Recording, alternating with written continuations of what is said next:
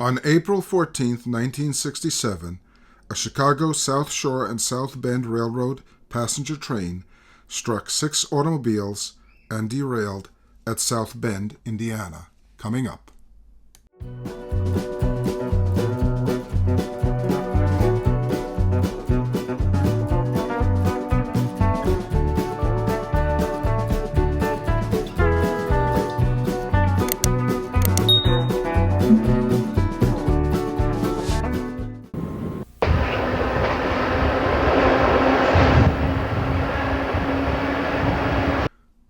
10 persons on the train and 7 occupants of the automobiles were injured.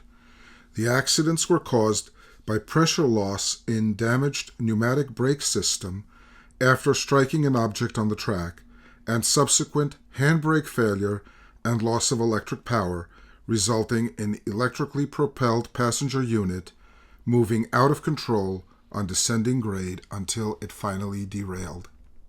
In 1967, the South Shore Line still operated on the streets of downtown South Bend, Indiana, ending at a stub-end yard about a tenth of a mile east of the last stop.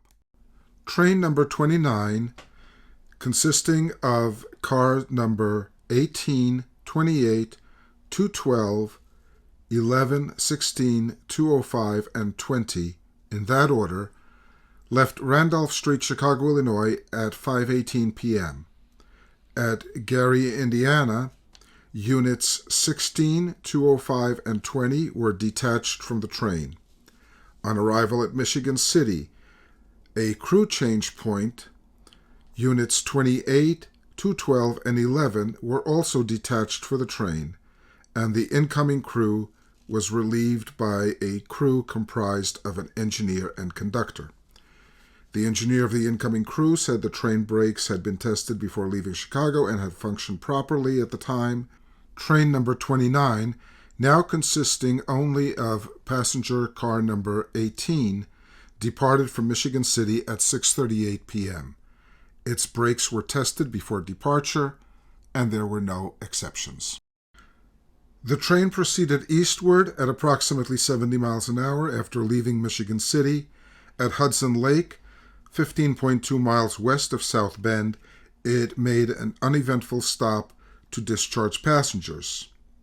At New Carlisle, 13.6 miles west of South Bend, the train reduced speed from about 70 miles an hour to 15 miles per hour as required for a short speed restriction zone, indicating its air brake system was functioning properly at the time. After passing New Carlisle, the train accelerated to about 70 miles per hour, its maximum authorized speed, and apparently was moving at that speed as it approached 2 successive curves to the left and right at Bendix, 2.3 miles west of the South Bend station. Between Bendix and South Bend Terminal, the maximum authorized speed for all trains is restricted to 10 miles per hour.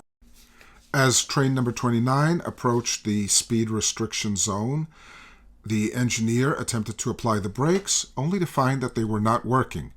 He then put the brakes into emergency, and they still did not function. The engineer then put the motors into reverse and managed to reduce the speed to 35 to 40 miles an hour. However, it was still too fast.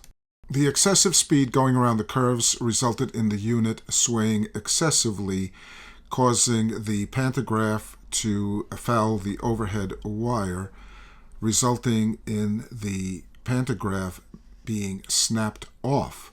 Now the train had no power. An attempt was made to slow the train down by applying the handbrake. However, due to lack of proper maintenance, the handbrake was also ineffective. While proceeding out of control in the middle of LaSalle Street, train number 29 struck 6 automobiles at various points between 421 feet west and 108 feet east of the South Bend station.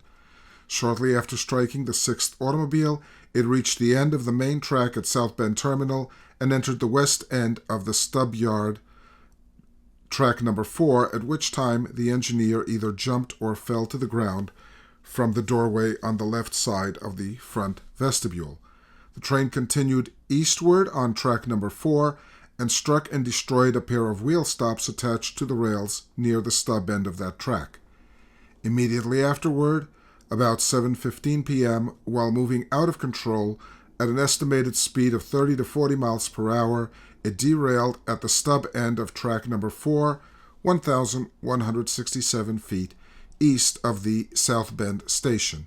After derailing, the train continued eastward across a driveway, penetrated the west wall of a building, and stopped with the front end inside the building and 48 feet east of the stub end of track number 4.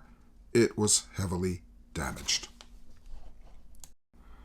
The accident investigation found that the train had actually run over a steel cable that had been laid across the tracks, which damaged the air brakes, causing them to fail, and poor maintenance of the handbrake system caused that to fail as well.